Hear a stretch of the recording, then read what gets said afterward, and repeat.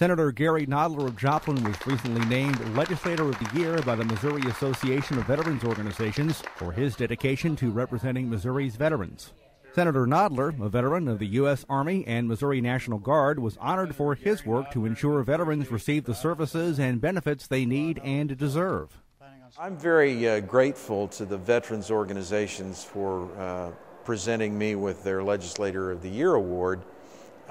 It's nice for them to say thanks in that way, but really we need to thank them, not only for their service as veterans, but for those in the veterans organizations who gather as voices for our state's veterans to make sure that their interests are represented in the halls of the Missouri State Capitol so that we don't ever forget the needs of our veterans.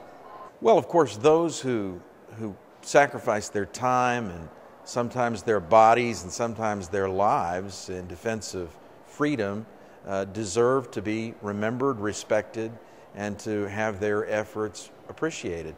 The state really has no greater obligation than to those who defended our rights as Americans.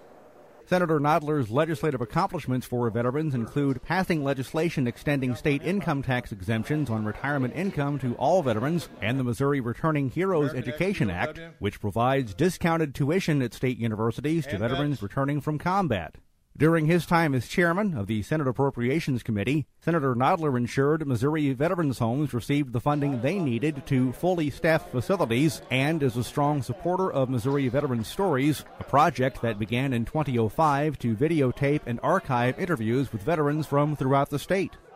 Well, we need to keep the pledges that we've already made, whether it's educational assistance that is associated with service to the country, or whether it's the kind of medical assistance that we provide in veterans clinics around the state, or whether it's the nursing home option for those who need a place to retire to, in addition to the assistance with the pensions that have been earned by our veterans. All of those are concrete ways to improve the quality of life while expressing the state's gratitude to these heroes.